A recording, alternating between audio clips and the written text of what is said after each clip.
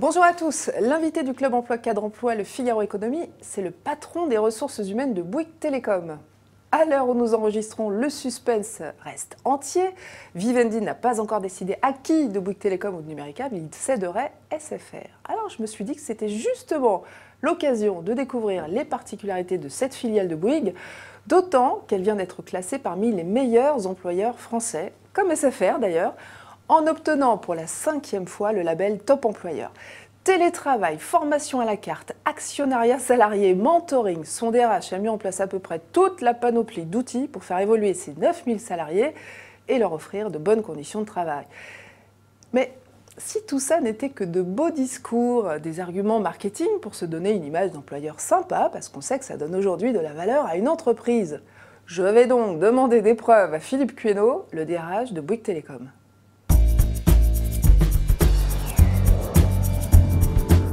Philippe Cuenot, DRH de Bouygues Télécom, bonjour. Bonjour. Soyez le bienvenu.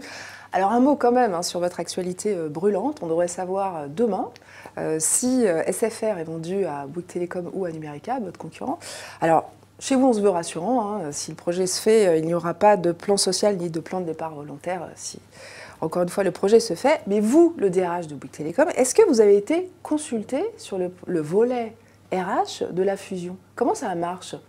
En fait, c'est un travail d'équipe, donc l'ensemble des parties prenantes, que ce soit la finance, les ressources humaines, la technique, ont été évidemment mises au cœur de cette contribution. Est-ce qu'on vous a demandé, par exemple, de calculer les sureffectifs, le taux d'overlap, comme on dit dans les RH? Non, ça ne fait pas partie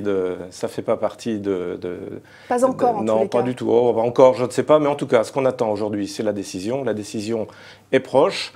Donc je vous demanderai juste encore un petit peu de patience pour avoir la réponse définitive de Vivendi, puisque ce sont eux qui décident. Alors, on revient au Bouygues Télécom d'aujourd'hui, Philippe Cuenot. Ce label, Top Employeur, dont je parlais, il a été décerné aux employeurs qui ont mis en place des standards RH de qualité. On va les détailler, mais d'abord je commence par les nouveautés de l'année 2013. Vous avez mis en place le télétravail et puis le flex office. Alors on commence par le télétravail. C'est en place, ça y est, combien de personnes sont concernées? Dites-nous-en un peu plus. Alors, le télétravail est en place depuis cette année. On a fait tout d'abord une phase de test. On avait une centaine de personnes, de collaborateurs en test.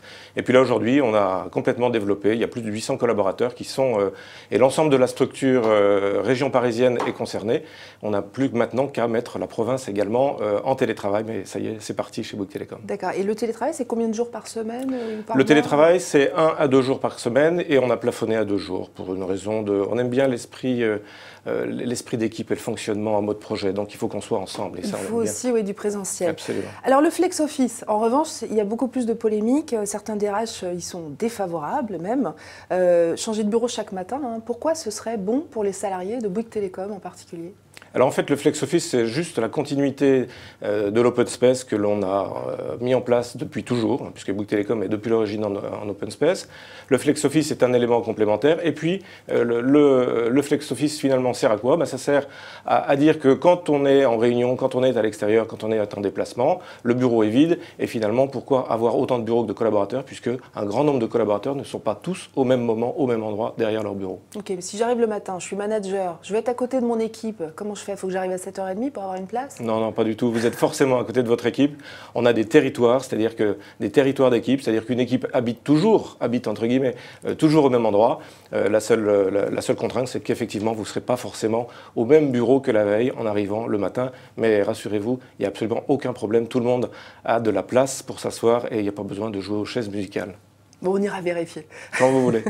Alors, la première raison pour laquelle un cadre reste dans une boîte, c'est qu'il peut évoluer. Et la première raison pour laquelle il la quitte, c'est qu'il s'estime mal payé. Alors, qu'est-ce que vous, meilleur employeur, vous avez mis en place de fantastique pour que vos salariés puissent évoluer? Il y a pas mal de dispositifs chez vous. Moi, j'ai noté par exemple une plateforme de e-learning qui permet de se former. Est-ce que vous pouvez nous en dire un peu plus? Oui, alors en fait, cette plateforme de e-learning est une plateforme que l'on a mis en place à la suite d'un dispositif qui était extrêmement innovant, qu'on avait mis en place il y a une dizaine d'années, qui s'appelait l'espace ressources. Et aujourd'hui, donc, c'est une plateforme de e-learning qui leur permet aussi de faire des formations personnelles? Absolument, ce sont essentiellement des formations personnelles qui sont assez décalées par rapport à ce qu'on vit en termes de formation professionnelle. Donc, Un salarié qui estime qu'il lui faut de l'anglais, mais aussi du mandarin, et puis des techniques de développement personnel, il trouve tout sur cette plateforme. Il peut se former comme il le souhaite, ou alors il faut qu'il demande des autorisations à ses chefs, comme ailleurs? Non, non, la formation se fait absolument où vous voulez. Elle est plutôt hors temps de travail, donc il n'y a pas besoin nécessairement d'être sur le lieu de travail. Vous pouvez faire ça depuis chez vous. Effectivement, vous citiez l'anglais. Certains collaborateurs bénéficient de cours à partir du moment où ils utilisent l'anglais dans leur environnement professionnel. En revanche, quand c'est purement de l'employabilité ou du développement personnel, à ce moment-là, c'est typiquement le recours et le but de ce e-campus. Alors, on continue sur les outils de développement professionnel. Il existe chez vous un cursus de développement pour les hauts potentiels. Combien de personnes ça concerne? Alors ce cursus, on a 2 cursus pour les hauts potentiels, ça s'appelle Bouygues Télécom Institut, c'est ça? Institut, absolument. Et on a donc deux formats avec des collaborateurs d'expériences différentes, et c'est à peu près 40 collaborateurs que nous formons chaque année à ces techniques de management. D'accord, c'est pas beaucoup? C'est pas mal. C'est très élitiste? Oui, c'est pas mal. Non, non, ça fait 2 fois 20, puisque c'est deux groupes. 40 sur une société de 9100 collaborateurs, c'est plutôt pas mal. Bon, c'est sans doute les futurs dirigeants de demain. Absolument. Qu'il vous faut détecter. Et puis, alors, il y a des programmes d'évolution pour les femmes. Bon, c'est un peu la tarte à la crème. Pas du tout. Non, c'est pas la tarte à la crème. Pourquoi c'est mieux chez vous, alors? C'est pas mieux chez nous. C'est juste, on a souhaité mettre ça en place pour une raison simple, c'est qu'on s'est aperçu qu'on est dans une société dans laquelle nous avons 50% d'hommes et de femmes, et que quand on monte dans les niveaux hiérarchiques, on a un peu tendance à perdre des femmes. Donc la représentation s'amoindrit dans les étages les plus élevés. Combien dans les étages? En haut, dans le comité de direction, on a 20%. Donc 50%. Et vous souhaitez en avoir combien? On souhaite avoir au moins autant de femmes dirigeantes que nous avons de femmes cadres, et le chiffre est de 33% actuellement. 33% de femmes cadres, c'est un objectif en tous les cas. L'objectif est d'avoir 33% de femmes à tous les étages managériels de l'entreprise. Et vous vous donnez combien de temps pour ça? On se donne le temps nécessaire, sachant que le temps nécessaire, encore une fois, ce sont des choses qui sont assez longues, puisqu'il ne s'agit pas de remplacer, simplement de dire je remplace un homme qui performe bien par une femme, simplement parce qu'elle est femme. Moi, je suis absolument contre cette attitude. Donc l'idée, c'est à chaque fois qu'on a la possibilité de remplacer, évidemment, on essaye d'avoir des candidates sur tous ces postes. Vous, est-ce que vous retenez vos salariés parce que vous payez mieux que les autres en termes de salaire? En fait, pour avoir des collaborateurs de qualité, il faut que le salaire soit en conformité avec le marché, voire légèrement supérieur. C'est le cas de Bouygues Télécom. Vous faites des benchmarks? On fait absolument, on fait des benchmarks, on fait des enquêtes annuelles, on utilise tout avec les grands cabinets de la place qui nous permettent de valider et de vérifier que nos collaborateurs sont au bon niveau, et c'est le cas, et donc nos collaborateurs ont tendance à rester. Nous avons actuellement 9 ans d'âge moyen, d'ancienneté moyenne de nos collaborateurs pour une société qui a 18 ans, donc c'est plutôt pas mal. C'est plutôt pas mal, on y reste. Il y a aussi un dispositif d'actionnariat salarié. Les actionnaires salariés représentent combien de personnes? Absolument, les actionnaires, alors Bouygues, le groupe Bouygues est la société du CAC 40 qui a le plus grand nombre d'actionnaires salariés, donc les collaborateurs qui sont actionnaires, et ça représente le quart du capital du groupe qui est dans les mains des salariés, 24-25%, absolument. Oui, c'est assez impressionnant. Très important. Alors en termes de conditions de travail, vous êtes assez fier de Woobi Network, c'est votre réseau social interne d'entreprise. Toutes les entreprises en ont. Alors pourquoi chez vous il est particulièrement efficace? Qu'est-ce qu'il a de particulier? Il est efficace, ça fait quelques années que nous l'avons mis en place depuis plusieurs années. Et puis finalement, un réseau social interne, c'est quoi? C'est la combinaison entre, on a parlé tout à l'heure du télétravail, on a parlé du flex office. Et donc aujourd'hui, l'idée c'est d'utiliser des techniques, des technologies et d'avoir recours à des réseaux sociaux internes qui sont évidemment le pendant des réseaux sociaux. Et surtout ce que ça facilite l'échange et ça normalement minore le nombre d'échanges de mails. Vous savez que les mails sont une pollution globale assez importante, donc on essaie de la minorer.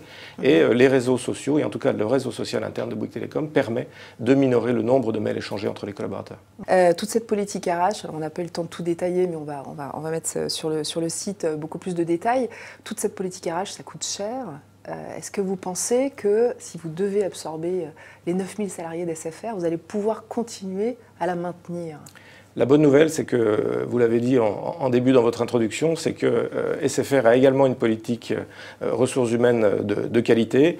Ils ont été également top employeurs comme nous cette année. Oui. Et donc je pense qu'il ne devrait pas y avoir beaucoup de problèmes, en tout cas assez peu de divergences sur cette thématique de rendre les collaborateurs le plus heureux dans l'entreprise. Oui, et les faire évoluer. Absolument. La moyenne d'âge chez vous, elle est de combien? 35 ans. Ça peut monter? On peut vieillir chez SFR? On peut devenir senior? En fait, Bouygues Télécom vieillit d'une demi-année par année. Et c'est un drame chez vous, les démissions? Non. Non, parce qu'encore une fois, aujourd'hui, la vie est ainsi faite que tout le monde peut faire et peut décider à un moment donné d'aller porter son expérience et son expertise dans un autre environnement. Et voilà, l'idée, c'est on fait ce qu'il faut pour que les gens restent. Maintenant, s'ils ont envie de décider, ils sont libres. Et vos anciens salariés peuvent devenir des clients. Absolument. Ou des prescripteurs. Non seulement ils peuvent devenir clients, mais ils peuvent devenir ambassadeurs. Et donc, c'est évidemment aussi pour la boucle est bouclée. Et c'est pour ça qu'on développe des programmes aussi riches dans les RH aujourd'hui pour travailler sa marque employeur, c'est ça? Tout à fait, tout à fait. On le rappelle toujours, ça fait toujours plaisir. Alors, ça a l'air très sympa de travailler chez Bouygues Telecom. Est-ce que vous avez prévu de recruter cette année, si nos auditeurs ont envie de postuler? Alors, on a toujours des recrutements sur des métiers... De remplacement, j'imagine. Alors, essentiellement, absolument. À l'heure actuelle, ce sont plutôt des remplacements. Donc, sur des métiers que sont la relation client, toutes les structures commerciales, les structures Internet, qui sont également des structures dans lesquelles nous avons toujours des besoins. Donc, il y a toujours, je dirais, un volant de recrutement, quel que soit l'environnement économique dans lequel nous sommes, puisqu'aujourd'hui, 9100, on est plutôt stable. Il est de combien ce volant? C'est 400 personnes, 500 personnes à peu près? Oui, c'est à peu près aux alentours de entre 250 Donc on et 400. peut postuler.